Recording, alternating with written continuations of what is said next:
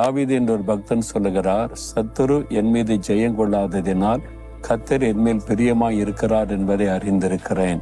நமக்கு சத்துருக்கள் நிறைய இருக்கிறாங்க. பிசாசாகிய சத்துரு தான் மனிதர்களை சத்துருக்களாக எழுப்பி நமக்கு விரோதமான காரியத்தை செய்கிறார்.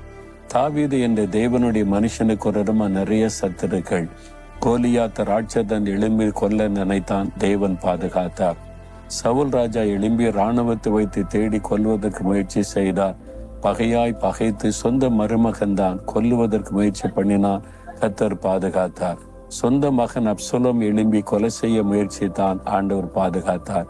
யுத்தங்களிலே பல சத்துருக்கள் எழும்பினார்கள், ராட்சதர்கள் எழும்பினார்கள், கர்த்தர் பாதுகாத்தார்.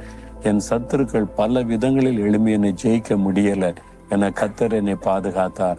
அதனால கர்த்தர் என் மேல் பிரியமாய் இருக்கிறார் என்பதை அறிந்திருக்கிறேன் என்பதாய் சொல்லுகிறார். உங்க வாழ்க்கையில கூட திரும்பி பாருங்க. எத்தனையோ சத்துருக்கள், மனிதர்கள் வேலை செய்யற இடத்துல, வசிக்கிற இடத்துல, ஊழியத்துல உங்களை அழித்து விட நினைச்சாங்க, உங்களை முடக்கி விட நினைச்சாங்க. ஆனா யாரும் ஜெயிக்க முடியல. நீங்க ஜெயித்து ஜீவனோடு இருக்கிறீங்க. என் ஊழிய பாதையில எத்தனை